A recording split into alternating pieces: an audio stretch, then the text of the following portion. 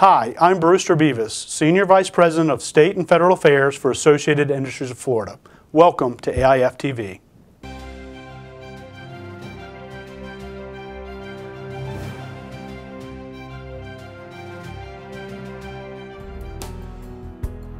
We are currently at the midway point for the 2013 legislative session here in Tallahassee. AIF has been busy tracking hundreds of bills important to the business community. Let's take a look at how a few of those bills, including Everglades restoration, hurricane tax reform, and workers' compensation insurance reform, have played out. The Hurricane Catastrophe Fund bill had some delays this week in the Senate Banking and Insurance Committee in Tallahassee. The proposed bill, which AIF supports, leaves the damage amount at $7 billion when the CAT fund is activated. It reduces the top limit of the CAT fund coverage from the current $17 billion to $16 billion, beginning with the 2014-15 contract year. This will reduce the CAT fund's reliance on debt and make the fund much more stable and predictable going forward. In a negative amendment that was proposed, the amount of damage required to activate the CAT fund would be lowered to $5 billion. This would mean more costs for business owners. The amendment received opposition from the committee. So the difference between that $17 billion and that $8.6 is what we're going to have to borrow if the right storm hits and the right number of claims and the quantity of claims comes in. So this is an extremely poor choice, and I think we need to vote this amendment down. AIF's Don Brown spoke to members of the Senate committee and explained why the amendment should be voted down. I do believe that his amendment does what he just said that it does, and that is it does increase the risk that assessments will, the CAT fund will be triggered more and more often. And we think that is exactly the wrong way to go. The CAT fund is an important issue that AIF and businesses around the state are following.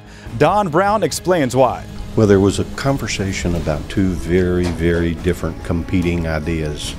One would reduce the size of our exposure to assessments on consumers in Florida, and the other one, in my opinion, would increase the likelihood that consumers could incur assessments.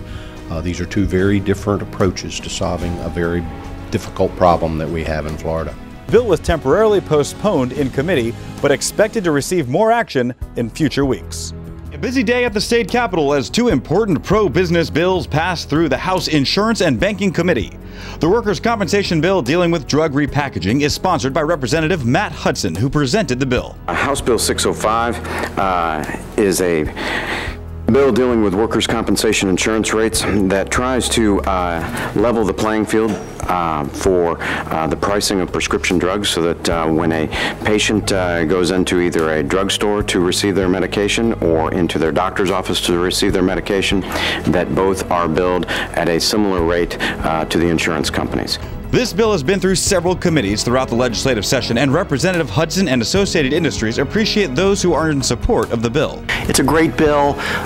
If you talk to any friendly doctor back home, members, they'll all say that these excessive fees are completely unnecessary and basically raise workers' comp rates for businesses. So I hope that we get this passed and make this into law. Representative Rader? Yes. Representative Santiago? Yes. Representative Taylor? No. Representative Tabaya? No. Chair Nelson? Yes, and by your vote, HB 605 passes out favorably. This will just simply level the playing field between doctors' offices and pharmacies, and we have more predictability. It should help to lower rates for every business in the state of Florida, and that's good. After the workers' comp bill passed, the committee took up House Bill 1107, dealing with the Florida Hurricane Catastrophe Fund.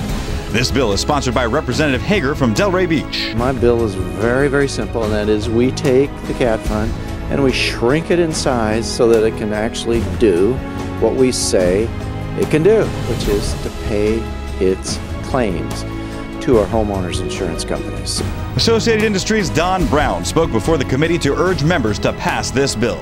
Representative Hager's bill represents a carefully crafted solution that takes advantage of current market conditions while avoiding rate impacts to consumers, and at the same time it reduces the likelihood of those post-storm assessments. We believe it is a win-win. So two important bills passed the committee and move on in the process. An important victory today at the state capitol. The House Appropriations Committee passed House Bill 7065, the Everglades Improvement and Management Bill. The bill's sponsor explained why the bill is so important to pass right now. You know, this saga of the Everglades is almost as old as our state, at least 150 years. But here's the good news. We are in the last days of restoration. Associated Industries of Florida lobbyist Brewster Beavis added testimony to explain why this bill is important to Florida. AIF has long believed that the Everglades restoration plan does need to move forward, and let's come to a completion of this plan.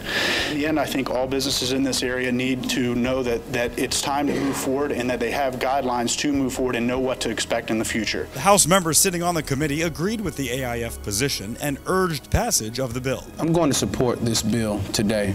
I do believe that the steps that have been taken to clean up the Everglades, and although I live in North Florida and enjoy the pristine water of the Florida aquifer, I understand that there's a valued treasure not only for Florida but to the country and to the world. I'm going to support it today because based on the road that has been laid before as to what needed to be accomplished, the performance that we needed, I don't think we should stop now. I think we should keep going. The bill now moves on through the legislative process. With over 6 weeks left to go in the session, the bill will be discussed for some time. Representatives and senators now wait to hear from their constituents as they prepare to pass the bill into law. AIF held their 2013 mid-session briefing at the Governor's Club, bringing more than half a dozen councils and officials together, discussing a wide range of topics for this year's session. With the legislative session half over, many bills are currently moving through the process, several that will have an impact on the business community. 2 legislators spoke to the crowd about activities at the Capitol and AIF's involvement. Representative Hudson and Senator Hayes are sponsors of the Workers' Comp Bill, which is currently in the House and Senate. AIF President and CEO Tom Feeney led the proceedings as members of the AIF lobby team provided updates on several bills moving through the process. The first couple weeks that it went on this year, that the judiciary has been emboldened, and there have really been some big decisions that really have a significant impact on business that make tort reform or legal reform probably more meaningful. Representative Matt Hudson took on questions concerning the 2 plans in the Senate concerning Medicaid expansion. There are 2 plans that have been brought forward in the Florida Senate, one by Chairman Negron and one by Chairman Bain. They're kind of competing plans. One uses federal dollars, roughly based on the Arkansas hybrid model that was contemplated, and one that predominantly uses state resources. Senator Alan Hayes then took to the microphone and explained why AIF serves such an important role in Tallahassee. The way you're running them is what keeps the state of Florida running, and we sincerely appreciate it. We need to do everything we can, from my perspective, to get out of your way so that you can do what you do best. And that was just a fraction of the bills we have been covering for the business community. For more detailed information on all legislation AIF has been covering, please visit www.aif.com and be sure to sign up for our daily briefs. Thank you and have a great day.